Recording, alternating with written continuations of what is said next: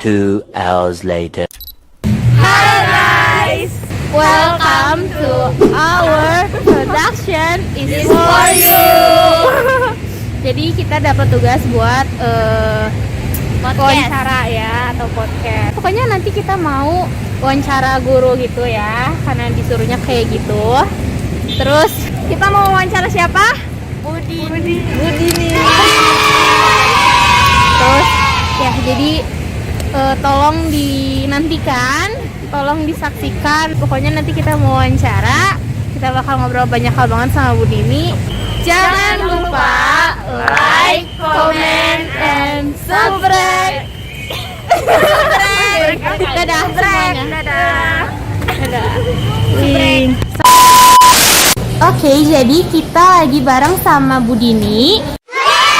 Assalamualaikum Ibu. Waalaikumsalam warahmatullahi wabarakatuh.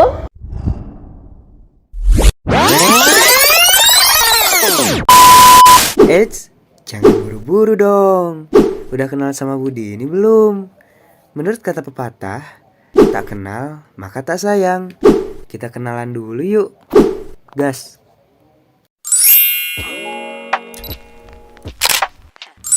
Ibu Dini Siti Anggraini merupakan salah seorang guru yang mengajar mata pelajaran ilmu pengetahuan alam dan sosial yang ada di SMK Negeri 1 Bandung. Beliau juga merupakan seorang konten kreator pendidikan, penulis, dan juga MC profesional. Sampai dengan saat ini beliau sudah mencapai banyak sekali prestasi. Di antaranya adalah juara 1 Shimeo ESD Japan Award pada tahun 2017, juara 3 Ki Hajar Dewantara Award pada tahun 2018, juara 4 Guru Berprestasi SMK pada tahun 2019, dan juara 1 Duta Internet Baik Telkomsel 2019. Beliau juga mengikuti kegiatan organisasi dan kegiatan lainnya, seperti yang baru-baru ini sebagai pengajar praktik PPGP Kemendikbudristek, Ketua 5 PPSI atau Perkumpulan Pendidik Sains Indonesia, Koordinator Regional KKVI atau Komunitas Koordinator Virtual Indonesia, Ketua MGMP Biologi Kota Bandung, Koordinator Wilayah Visi Jawa Barat atau Virtual Coordinator, dan masih banyak lainnya.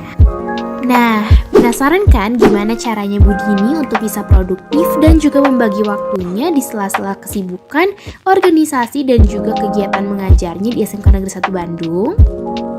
Jadi jangan lupa untuk saksikan wawancara kami dengan Bu Dini sampai akhir ya.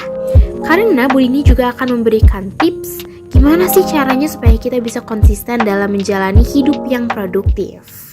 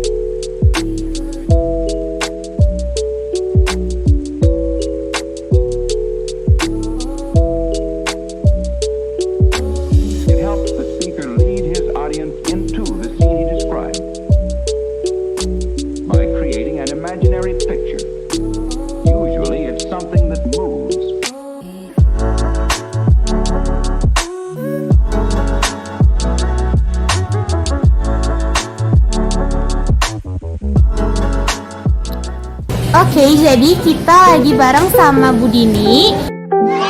Assalamualaikum Ibu. Waalaikumsalam warahmatullahi wabarakatuh. Gimana kabarnya nih Bu? Dalam seminggu ini kira-kira Ibu ngapain aja? Oke, kabar saya baik, terima kasih. Kabar Anda semuanya bagaimana? Baik? Baik, good ya.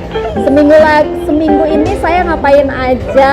Kayaknya banyak yang saya lakukan dalam seminggu ini. Datang ke sekolah, lalu ketika pulang nonton film ya Doctor Strange.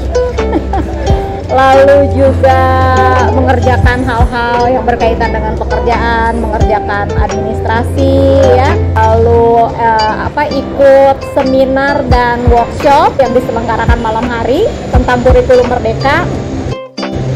Ya, so far those are my activities.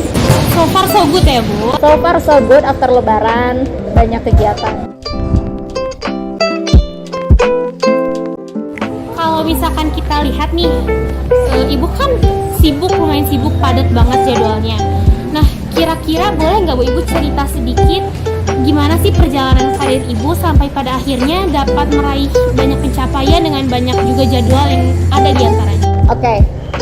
Apa yang saya lakukan so far gitu ya, sampai mencapai apa yang saya capai atau achievement, sebetulnya adalah berkah ya, pasti dari Allah Subhanahu wa Ta'ala, support dari keluarga, dari sahabat, teman baik, begitu ya. Jadi bukan atas pencapaian diri saya sendiri, itu yang pertama. Lalu tips atau triknya bagaimana? Just do what you want and do what you like. Jadi apa yang harus dilakukan adalah hal yang menurut Anda itu Anda suka untuk melakukannya. Nah, saya berpikir bahwa passion atau keinginan saya menjadi seorang guru ya, maka ya saya berada di sini di SMKN 1 Bandung menjadi seorang pengajar. Adapun pencapaian saya itu pasti berhubungan dan berkaitan dengan profesi saya dong sebagai seorang guru gitu. Jadi itu terkoneksi hubungan sebab akibat ya, dari banyaknya support dari banyak orang, dan tentu saja passion saya sendiri begitu. Kira-kira nih, kita kan biasanya tuh selalu berkaitan dengan suatu kebiasaan hidup ya Bu. Ada yang namanya itu hidup produktif. Nah, kalau misalkan menurut Ibu sendiri, apa sih yang disebut dengan hidup produktif? Hidup produktif menurut saya hidup sesuai dengan takarannya, melakukan kegiatan-kegiatan yang positif ya, melakukan kegiatan-kegiatan yang menyenangkan, melakukan kegiatan-kegiatan yang bermanfaat baik untuk diri kita sendiri maupun untuk orang lain di sekitar kita gitu. Tapi intinya adalah menurut saya produktif itu it must be balanced ya, antara kehidupan pribadi dengan kehidupan untuk orang atau masyarakat luas begitu. Bermanfaat untuk diri pribadi dan juga bermanfaat untuk masyarakat luas, juga keluarga.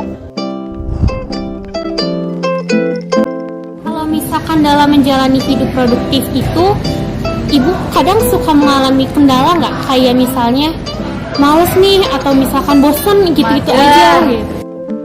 Oh, for sure ya, of course ya gitu ya. Pasti pada saat saya ingin selalu produktif tetapi bentrok dengan keinginan untuk menjadi generasi rebahan, misalnya nonton, misalnya melakukan kegiatan-kegiatan yang menyenangkan tanpa terbebani atau memerlukan aktivitas otak ya, seperti itu, atau aktivitas fisik. Tapi saya pikir seiring dengan bertambahnya usia dan kedewasaan, saya memiliki tanggung jawab ya untuk beberapa hal, dan itu saya harus menunaikan kewajiban dan tanggung jawab saya. Jadi kenapa menjadi produktif? Karena menurut saya memang saya melaksanakan hal-hal yang sudah menjadi tanggung jawab saya. Sebagai seorang guru berarti saya harus mendidik, memfasilitasi Ananda atau anak-anak saya yang ada di sekolah dengan baik. Bagaimana caranya? Berarti saya harus mempersiapkan segala sesuatunya dengan baik begitu. Lalu sebagai ada tanggung jawab lain misalnya, yaitu juga saya laksanakan dengan baik gitu. Jadi karena ada tanggung jawab, maka mau tidak mau, suka atau tidak suka, harus dilaksanakan. Dan karena ini passion saya ada di profesi yang dimana saya suka begitu, jadi saya melakukan dengan sepenuh hati. Oke, jadi semuanya itu berhubungan sama tanggung jawab, terus berhubungan juga sama passion ya Bu.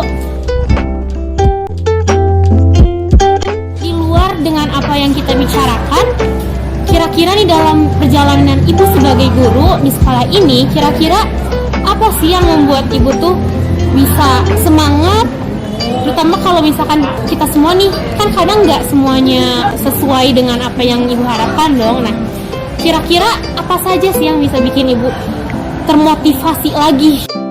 Oke, yang membuat saya terus termotivasi untuk produktif, salah satunya adalah saya mencoba untuk balance. Ya, jadi bagaimana saya terus memotivasi diri saya sendiri, baik secara fisik maupun mentally, membuat diri saya nyaman dengan apa yang saya lakukan, happy untuk mengerjakan sesuatu hal. Ketika overload untuk mengerjakan sesuatu, pasti saya take a break, ya kan? Itu adalah sesuatu hal yang sudah seharusnya pergi liburan dengan keluarga, menikmati waktu me time gitu kan, lalu melakukan hal-hal yang menyenangkan gitu ya, yang tidak membutuhkan aktivitas otak atau fisik yang melelahkan, maka itu adalah menjadi turning point untuk kembali lagi bersemangat dalam mengerjakan rutinitas gitu. Untuk pertanyaan selanjutnya nih, kira-kira ada nggak sih orang atau tokoh terkenal yang memotivasi ibu untuk bisa terus hidup produktif, semangat dalam menjalani hari? Kira-kira ada nggak? Tentu saja ada ya. Jadi yang pertama adalah pasti sosok Rasulullah Shallallahu Alaihi Wasallam ya, bagaimana beliau menjadi seorang manusia yang sangat luar biasa ya. Pasti kita memang harus panduannya adalah ke beliau gitu. Tapi selain itu, kalau tokoh yang memang ada saat ini begitu ya, saya senang dengan Mahatma Gandhi sebetulnya. Jadi karena beliau itu orang yang spiritualitasnya juga tinggi, walaupun memang pasti tidak akan menyamai seorang Rasulullah ya. Tapi untuk orang yang hidup di masa milenium seperti sekarang ini, dan Mahatma Gandhi gitu ya, dan tentu saja kalau dari Indonesia adalah Ki Hajar Dewantara ya, sebagai panduan dan bapak pendidikan yang ada di Indonesia. Terus kira-kira nih, ada nggak buku atau novel yang kira-kira isinya tuh bagus banget dan wah ini bisa bikin kita semua termotivasi? Kira-kira apa yang ibu baca? Oke. Ada beberapa buku sebetulnya yang memotivasi kita ya. Saya pernah baca waktu SMA ataupun kuliah itu Chicken Soup. Chicken Soup itu bukan chicken soup gitu ya, tetapi bagaimana buku itu adalah sebetulnya soup gitu ya, atau hidangan untuk mental kita gitu ya, untuk psikis kita seperti itu. Lalu selain Chicken Soup itu saya juga suka buku Inconvenient Truth ya dari Al Gore, dan saya juga nonton filmnya. Itu berisi tentang kondisi bumi saat ini dihadapkan pada climate change, perubahan iklim, dan pemanasan global atau global warming. Nah, selain itu juga saya suka buku yang baru-baru saya baca itu adalah Try Not to Be Error ya.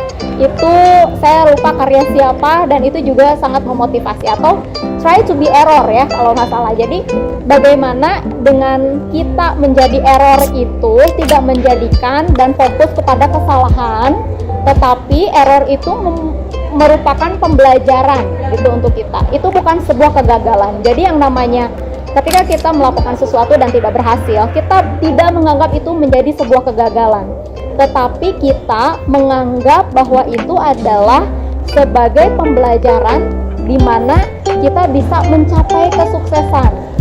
Ya, jadi kita itu berpikir growing mindset namanya. Jadi growth mindset ya, bukan stuck mindset gitu. Lalu untuk pertanyaan selanjutnya, bagaimana nih tanggapan ibu tentang generasi milenial yang sangat sulit untuk hidup produktif? Jadi kan kita nih sebagai pelajar sering berusaha nih untuk hidup produktif, untuk hidup sesuai dengan tatanan yang seharusnya, tapi terkadang tuh kita suka kayak jenuh, terus lama-lama kayak bosen nih ngejalaninnya, terus akhirnya kita tinggalin juga gitu kebiasaan itu. justru saya melihat generasi sekarang itu adalah generasi yang produktif dibandingkan dengan generasi saya dulu gitu ya. Generasi yang menikmati transformasi dari teknologi gitu ya yang ada di dunia saat ini, globalisasi, kemudahan-kemudahan dalam mendapatkan gaining information gitu ya. Saya melihat justru banyak sekali orang-orang hebat gitu di usia muda seperti kalian. Tapi mungkin memang itu bagai dua sisi mata uang ya. Ada yang seperti itu atau ada yang justru kebalikannya, dengan adanya transformasi teknologi, kemajuan teknologi dan lain-lain, itu justru membuat semakin malas gitu. Nah, tapi saya berpikir bahwa saya memang harus melihat ini sebagai sesuatu hal yang dilihat dari optimistis ya, dari bagaimana peran saya sebagai guru untuk bisa memotivasi, untuk bisa memfasilitasi, untuk bisa memberikan contoh kepada kalian begitu ya. Maka dari itu ya memang profesi sebagai seorang guru itu bukan hanya sharing informasi, tetapi juga atau mentransfer informasi, mentransfer ilmu pengetahuan, tetapi juga harus memberikan contoh dalam kehidupan. Untuk pertanyaan selanjutnya, tadi kan kita sempat singgung soal kurikulum yang merdeka ya Bu ya, belajar merdeka. Nah, untuk kurikulum yang akan datang dan sedang kita jalani ini, apa yang membedakannya dengan kurikulum-kurikulum sebelumnya? Oke.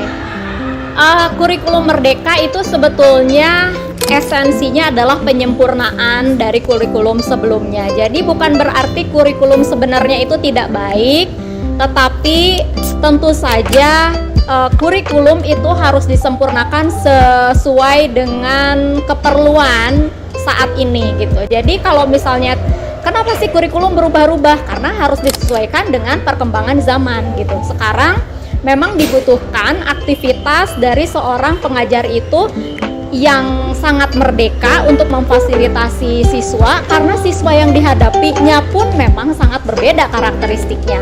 Bukan seperti dulu gitu ya, atau pada saat ibu belajar misalnya, pada saat ibu di bangku SD atau SMP atau SMA. Jadi yang namanya kurikulum merdeka pada dasarnya atau esensinya adalah penyempurnaan dari kurikulum-kurikulum sebelumnya, disesuaikan dengan keperluan saat ini, di mana kita itu tidak perlu misalnya orang yang pintar dan cerdas saja secara kognitif, secara intelijen, tetapi juga cerdas dan sigap dalam performance dan dalam sikap. Bagaimana berarti bukan hanya kompetensi secara kognitif, tetapi kompetensi psikomotorik dari kalian juga memang diperlukan begitu. Dan selain itu kurikulum merdeka juga emphasizing atau penekanannya pada bagaimana kalian itu bisa survive di masa yang akan datang. Jadi kita tidak berbicara mengenai satu konten yang muluk-muluk, tetapi kita berbicara konten yang kontekstual, based on real life situation, seperti itu. Jadi mungkin untuk kurikulum ini tuh lebih kayak menyesuaikan dengan perkembangan, lalu juga menyempurnakan dengan kurikulum yang sebelumnya ya Bu. Jadi jangan sampai berpikir kalau kurikulum yang sekarang itu menggantikan, replace, bukan. Tetapi kurikulum yang sekarang itu justru menyempurnakan.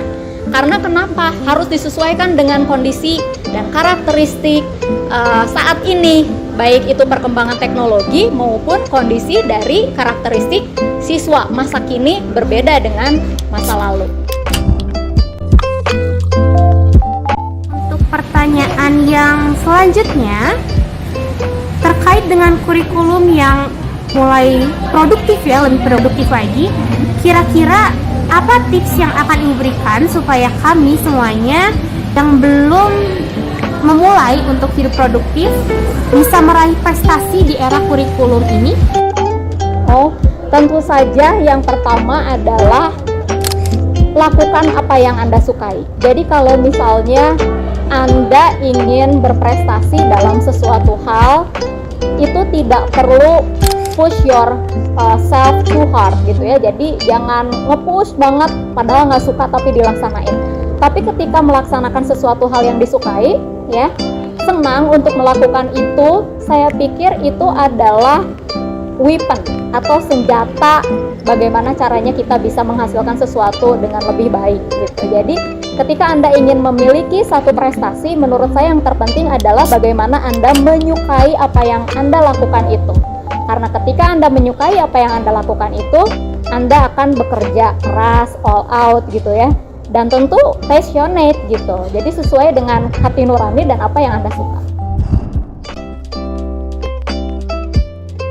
Untuk pertanyaan yang terakhir nih Bu, boleh nggak tolong berikan sepatah dua patah pesan bagi kami supaya kami bisa lebih semangat dalam menjalani hari, terus bisa lebih produktif juga, terus bisa lebih termotivasi dalam menggapai cita-cita. Ya, yang perlu kalian lakukan menurut saya adalah just color your day. Ya, jangan melakukan sesuatu hal yang yang monoton, tetapi lakukanlah hal yang menarik yang bisa Anda lakukan. Manfaatkan waktu muda sebaik mungkin gitu ya, sehingga pasti dengan Anda memanfaatkan waktu muda Anda sebaik mungkin, dan yang paling Anda inginkan, saya pikir pasti semua hal bisa Anda raih, tapi dengan senang hati gitu. Yang paling penting itu adalah kebahagiaan lahir batin gitu. Jadi ketika Anda melakukan sesuatu hal, yang lebih penting itu adalah passionate dan Anda happy gitu. Itu yang terpenting. Terima kasih banyak Ibu udah mau jawab beberapa pertanyaan yang sudah kami berikan. Jawaban yang Ibu berikan juga sangat menginspirasi Ibu. Jadi saya kayak terbuka gitu pemikirannya supaya oh ternyata kayak gini ya harusnya saya menjalani hari-hari. Tapi sih Bu, ini saya cerita ya. Jadi saya terkadang suka merasa down ketika mengerjakan suatu pekerjaan karena saya kurang menyukai pekerjaan tersebut, tapi saya harus menjalaninya. Nah, kira-kira nih kalau menurut Ibu, hal itu tuh wajar terjadi atau tidak? Terkadang menjalani sesuatu tetapi kita down karena kita kurang suka sama apa yang kita jalani. Menurut saya itu wajar ketika kita menjalani sesuatu, misalnya kayak kalian harus belajar sesuatu hal yang gak kalian suka ya, mapel-mapel tertentu yang gak kalian suka. Menurut saya adalah wajar kalian merasa down ya. Tetapi menurut saya tipsnya adalah cari celah di mana kalian bisa menyukai hal tersebut, apapun itu, sekecil apapun itu. Misalnya hal yang bekerja dengan teman yang kalian suka untuk bekerja sama, lalu ya. Yang kedua misalnya melakukan hal yang ada di sana, terus ternyata menyenangkan ya. Jadi jangan sampai antipati terhadap sesuatu hal yang belum dikerjakan, tetapi mungkin kita tidak suka karena kita tidak tahu betapa menyenangkannya hal tersebut gitu, seperti itu. Jadi menurut saya adalah carilah satu titik di mana Anda bisa suka dengan sesuatu hal itu walaupun sedikit. Karena dengan kesukaan tersebut gitu ya, you will do it passionately gitu, dan itu akan membantu Anda untuk memboost semangat yang akhirnya Anda bisa accomplish the mission. Wah, ternyata kita udah lumayan lama nih Bu, kita ngobrol-ngobrol dan hari ini kita dapat banyak banget pelajaran, kita dapat banyak banget nasihat-nasihat yang sangat bermanfaat. Sebenarnya itu bukan nasihat, lebih ke menurut saya sharing based on my experience aja. Karena walau bagaimanapun, saya percaya Anda bisa meraih hasil yang lebih dari saya. Beda kita itu hanya beda usia ya, jadi nothing's different. Saya lebih dulu lahir. Padahal sebetulnya pasti pencapaian saya itu mungkin tidak ada apa-apanya dengan pencapaian Anda later on gitu, in your future. Baik, terima kasih banyak Ibu. Sama-sama. Terima kasih banyak Ibu udah mau luangin waktunya. Padahal Ibu abis ini ada acara lagi. Ada acara lagi, ada ketemuan. Oke, jadi kita tutup aja ya.